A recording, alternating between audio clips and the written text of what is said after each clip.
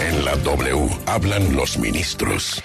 6:51 a.m. en Colombia. Numeral es inaceptable. Es inaceptable, y lo decía el ministro Néstor Osuna, ministro de Justicia. Es inaceptable y cómo fue posible que decenas de jóvenes fueran asesinados por agentes del Estado. Lo saludamos a esta hora, ministro. Gracias por estar con nosotros este lunes festivo. Gracias, muy buenos días a toda la audiencia. El ministro de Defensa aseguró ante la JEP en Dabeiba que confía en el testimonio y arrepentimiento de los comparecientes involucrados en falsos positivos cometidos en Antioquia en el 2002 y 2006. Usted también, lanzó un duro cuestionamiento a integrantes de la fuerza pública involucrados en la comisión de falsos positivos durante el conflicto armado. Cuéntenos acerca de esa intervención en la audiencia de reconocimiento de verdad adelantada por la JEP. Pues mire, creo que es precisamente una labor encomiable la que está haciendo la JEP, haber descubierto la verdad sobre esos crímenes absolutamente atroces, infames, que nunca han debido ocurrir, que por supuesto son un gran lunar en el funcionamiento de nuestro Estado, pero que solo se resuelven precisamente aportándole a las víctimas y a la sociedad la verdad sobre lo que ocurrió, reparando a las víctimas, restituyendo el tejido social que se rompió. Y precisamente como todo eso es lo que ha venido haciendo la JEP, pues estuvimos allí en esa audiencia, efectivamente con el ministro de Defensa y con el comisionado de paz también, manifestando la postura del gobierno nacional, que también la ha expresado en algunos comunicados y trinos el señor presidente, en el sentido de nuestra solidaridad con las víctimas, nuestro rechazo absoluto a esos crímenes que ocurrieron y nuestro respaldo a la labor que viene desarrollando la Jurisdicción Especial de Paz para, por una parte, recabar la responsabilidad de quienes incurrieron en esos actos, para restaurar el tejido social y para reconciliarnos a los colombianos. Ministro, ¿qué quiere decir o cómo se puede entender que los falsos positivos y los métodos para cometerlos hayan sido una política pública, como lo mencionó durante esta audiencia de reconocimiento de la JEP?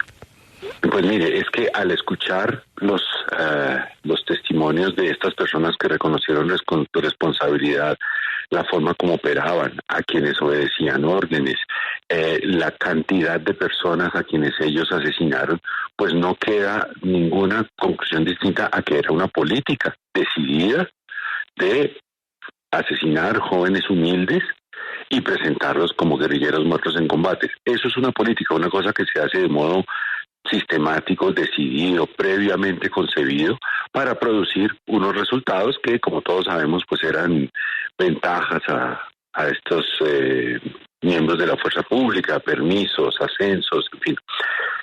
Por eso era una política, porque estaba decidido como una forma de obrar. No fue un accidente, no fue un soldado que se desvió, fue una cosa que distintas personas que eran funcionarios del Estado diseñaron, permitieron, consistieron, elaboraron, y por eso era una política pública absolutamente vergonzosa. Ministro, debido pues a que usted menciona que era una política pública, esto luego no merece una sanción, no solamente desde el término judicial, sino también pues una condena de parte de la sociedad, porque de todos, en este sentido, pues existen las pruebas de que se produjeron estos casos de manera arbitraria, que se conocían, que hubo un ocultamiento de información, porque nunca se reveló la razón específica, no solamente por estas ejecuciones, sino que además nunca se reveló quién dio esas órdenes y por qué se hacían. Por eso me parece tan importante la labor que está desarrollando la JEP, porque es que realmente la sociedad colombiana apenas ahora se está enterando de la verdad de lo que ocurrió. Durante muchos años, el discurso que imperaba era el discurso de que esto o bien no había ocurrido, o que efectivamente habían sido bajas en combate, o en el peor de los casos que habían sido un par de ovejas negras. Ahora que vamos sabiendo la responsabilidad y la verdad completa, pues se ve como la forma de lo que usted me pregunta, de que la sociedad también rechace política y moralmente eso que ocurrió, pues es conociendo la verdad, y esa verdad nos las está ofreciendo la JEP. Por eso me parece tan importante la labor que ellos están desarrollando, y la sociedad se está dando cuenta de un engaño del que fue víctima durante mucho tiempo. Mire, sobre las verdades que están diciendo, sobre las muestras de arrepentimiento de los comparecientes, ¿hay que creerles, ministro? Mire, yo, habiendo estado allí en esa audiencia, habiendo visto de frente a estas personas que reconocían su responsabilidad frente a las víctimas, viendo el detalle de los relatos que hicieron, estando a menos de 100 metros de donde llevaron los cadáveres a sepultarlos, quedo con la impresión de que sí están diciendo la verdad. Ministro, el alto comisionado para la paz, Danilo Rueda, enfatizó en esta audiencia sobre la preocupación por la situación de orden público que se vive en Dabeiba. Le pregunto, ¿cómo podría ejecutarse un plan de reincorporación de urgencia para esas zonas como Dabeiba, en las que las víctimas insisten en que estos grupos armados continúan ejerciendo violencia? Mire, yo creo que eso tiene que ser una combinación. Por una parte, la acción serena pero firme de la fuerza pública, que allí está y que seguramente continuará e incrementará su presencia y su actuación allí, y también pues el adelantar, y ojalá que lleguen a buen término estos acercamientos que desarrolla el comisionado de paz sobre desmantelamiento de estructuras armadas y los diálogos de paz con los grupos rebeldes. Esa combinación es la que puede llevarnos a que en Dabeiba y en el resto del país podamos vivir con tranquilidad, con paz, y ponerle ahora sí, punto final, a ese conflicto de tantos años. Yo sé que la situación de Dabeiba en este momento sigue siendo compleja, difícil, que allí hay presencia de estructuras criminales, que hay presencia de actores armados, y por eso confío en que es una combinación entre la presencia y la actuación de la fuerza pública, serena dentro de la ley, pero por supuesto firme, y los diálogos y acercamientos del comisionado de paz nos den más pronto que tarde la solución a esa problemática. 6:59, estamos conversando con el ministro de Justicia, Néstor Osuna. Mire, yo quisiera preguntarle, yo sé que tal vez es muy temprano, no sé si alcanzó a ver los videos que se hicieron virales desde anoche. Un video en el que se ve a una banda delincuencial denominada Jalisco amenazando a otros grupos armados en Buenaventura. Y allí pues evidenciaron cómo estos hombres se encontraban patrullando y haciendo de las suyas en plenas vías de la ciudad de Buenaventura, con fusiles, con armas largas, y son jóvenes, muy jóvenes, tendrán 20 años, 30 años. ¿Alcanzó a ver este video, ministro? No, es la primera información que tengo sobre ese asunto, pero con lo que usted me cuenta, podría decirle, mire, hubo unos meses en los que la criminalidad en Buenaventura disminuyó sustancialmente, precisamente en virtud de esos acercamientos que había venido teniendo el comisionado de paz con estructuras criminales que operan allí en Buenaventura. En algún momento, hace, no sé, un mes y medio, llamarlo tregua probablemente no sea el término técnico indicado, pero digamos ese pacto entre estructuras criminales de no agredirse, de no matarse, se rompió. Y eso que usted me dice, que no he visto, pero que ahora veré los videos, es el resultado seguramente de eso.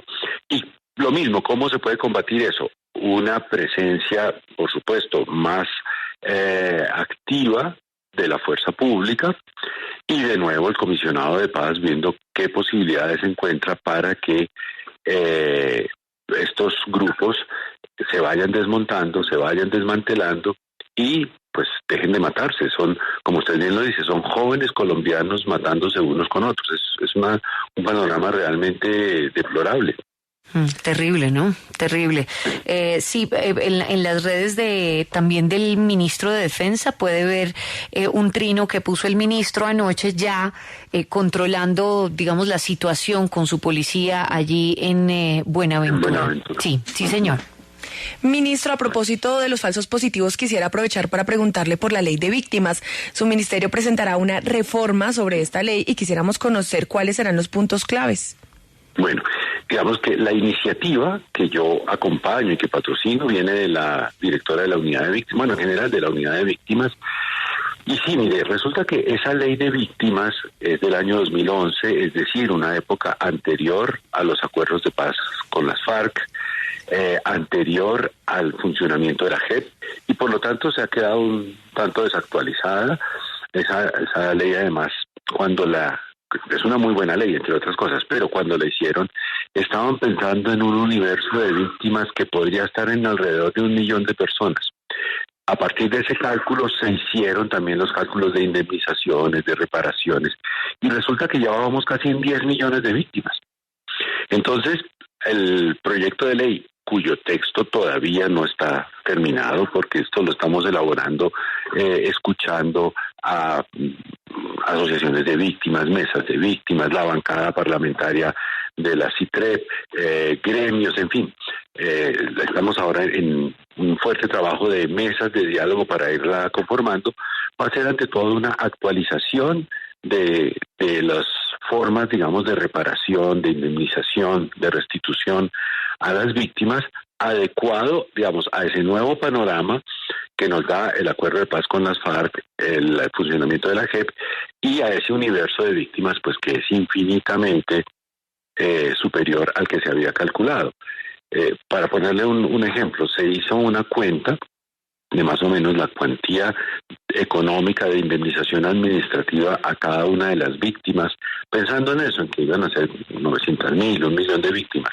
Al ser 10 millones de víctimas, la suma de esas indemnizaciones, pues mire, el presupuesto colombiano tardaría como 100 años para poder cumplir con esas, tal vez 100 es una exageración, pero sí como 40 años para poder pagar esas indemnizaciones. Eso no quiere decir que los derechos de las víctimas se vayan a desconocer, pero sí tenemos que pensar una nueva forma de reparación, de indemnización, que combine lo uno con lo otro y que nos aterrice sobre las posibilidades reales del Estado colombiano, comprometidos absolutamente con las víctimas, pero también pues conscientes de que las situaciones han cambiado y que las posibilidades económicas tienen sus límites. Sí, ministro, a propósito de todas estas bandas criminales, ¿usted va a insistir en la ley de sometimiento? De hecho, estábamos revisando la columna del Espectador de Rodrigo Primni, quien llamó como los olvidados a quienes hoy se encuentran en las cárceles del país. ¿Ustedes los van a olvidar o insistirán en este proyecto de humanización carcelaria? En el proyecto de humanización carcelaria, por supuesto que insistiremos, ya que usted menciona la columna de ayer de Rodrigo Primi. Yo puse un trino diciendo que, publicando la columna, cosa que Uprimi por supuesto no necesita, pero y diciendo de parte del Ministerio que insistiremos, que no los hemos olvidado, que somos conscientes de que probablemente el principal problema que tuvo ese proyecto de ley es que el populismo punitivo, o más bien el populismo en general, tiene uno de sus caballitos de batalla con el tema de las cárceles, ¿no? Las cárceles deben ser infames, crueles, hacinadas, el castigo debe ser doloroso. Y que, pues en ese sentido, esta ley incluye también un cierto cambio de percepción cultural. Por lo tanto, sabíamos que de pronto en 10 meses, realmente la presentamos en febrero, en 6 meses, no era un tiempo suficiente para ese cambio, así que por supuesto que insistiremos en él. Pero además, creo que ya se ha adelantado, ya está el tema en la agenda pública. Ya la gente sabe que hay un proyecto alternativo de cárceles y de política penitenciaria. Las ponencias de primer debate que quedaron hechas enriquecen muchísimo el proyecto y lo mejora. Entonces, claro, el proyecto que vamos a presentar no es el mismo que habíamos presentado en febrero, sino el que quedó en las ponencias para primer debate que no se alcanzaron a debatir. Así que yo creo que en esta legislatura sí vamos a tener la aprobación. Y por el otro proyecto que usted me pregunta, la ley de sometimiento, debo decirle que yo sí lamento mucho que el Congreso no la haya aprobado, porque mire, de todos estos asuntos que usted me está preguntando, el de Dabeiba y el de Buenaventura, con esas estructuras criminales actuando, pues mire, si uno está haciendo esto que le estoy proponiendo de combinar el garrote con la zanahoria, ¿no? La fuerza pública con la conversación, pues es muy bueno que en esos acercamientos con esas estructuras criminales haya un marco jurídico previo delimitado, que sea, mire, esto es lo que el Estado le ofrece. O la fuerza pública, lo cual implica que pronto usted se ha dado de baja o que pase en la cárcel el resto de su vida, o unas sanciones tremendamente duras, o esta oferta de una rebaja de penas, de que usted entrega sus bienes pero puede conservar una parte, en fin. Pero ese marco jurídico el Congreso no nos lo aprobó. Y por lo tanto, ahí hay esa, digamos, esa, si me permite la expresión, esa pata que le cojea a las conversaciones. Por eso yo espero también que en esta legislatura el Congreso se anime y lo apruebe. A ese proyecto se le pueden hacer, por supuesto, modificaciones, se le pueden hacer cambios, pero sí me parece lamentable que no tengamos ese marco jurídico que es la oferta que le hace el Estado colombiano a las estructuras criminales si pacíficamente desmantelan sus actividades. ¿Qué cree que hizo falta en el Congreso de la República, ministro, para que pasara esta ley? Mire, por una parte son vicisitudes de la política, de la coalición, en la que esa coalición parlamentaria de gobierno pues tuvo fisuras, fracturas, luego se recompuso por temas que realmente no tenían su origen ni en la ley de sometimiento ni en la ley de humanización, pero esas fracturas se reflejaron en esa ley. Entonces, digamos, el trabajo parlamentario se atrasó mucho por esos asuntos. Yo estoy convencido, lo sé, que el proyecto de humanización carcelaria tiene ambiente en el Congreso para ser aprobado, pero fruto de que el Congreso estaba, digamos, en esas cuestiones de política, la agenda se atrasó y llegó pues el 20 de junio y no se había alcanzado a tramitar. También es cierto que son proyectos pues muy controversiales, eso no lo voy a negar. Estamos pues por supuesto dispuestos a dar los debates, a estar allí, a reconocer aquello en que los debates lo mejoren, que ya ha ocurrido, aunque no haya habido los debates formales, sí en todos estos que les menciono, de las ponencias y en debates políticos y académicos y en foros periodísticos fuera del Parlamento, todo eso enriquece el debate. Pero yo creo que fue principalmente eso. También tengo que reconocer una cosa, el gobierno nacional presentó una agenda legislativa muy ambiciosa. Muy ambiciosa. Yo recuerdo haber estado en el Consejo de Ministros a finales de diciembre del año pasado, cuando programamos todo lo que se iba a presentar en febrero, y realmente yo, que soy, digamos, relativamente estudioso de la historia política colombiana, no recuerdo una época tan reformista, sino tal vez en época de López Pumarejo. Eran unos proyectos de ley muy controversiales, muy ambiciosos, unas reformas muy fuertes a todo. Pues ahí están las reformas que más, digamos, controversia han tenido: salud, pensiones, reforma laboral, el plan de desarrollo, que es un plan de desarrollo muy novedoso frente a lo anterior. Entonces, digamos que aunque en diciembre no pensamos que, no podíamos saber lo que iba a ocurrir con la coalición, pues sí sabíamos que ese programa legislativo no se agotaba en 6 meses, que es un programa legislativo para varios años. Claro, no es un tema menor. Sí, ministro, pues mire, yo le agradezco estos minutos que estuvo con nosotros acá en este festivo, y quiero cerrar con unas palabras que usted puso en su cuenta de Twitter y que me llamaron mucho la atención, hablando de nuevo sobre la audiencia en Dabeiba. Y dice: aquí va mi discurso, se me quebró la voz, pero no el compromiso con la justicia. Muy duro, ministro. Sí, es que mire, el ambiente allí era muy emotivo, era realmente emocionalmente muy cargado.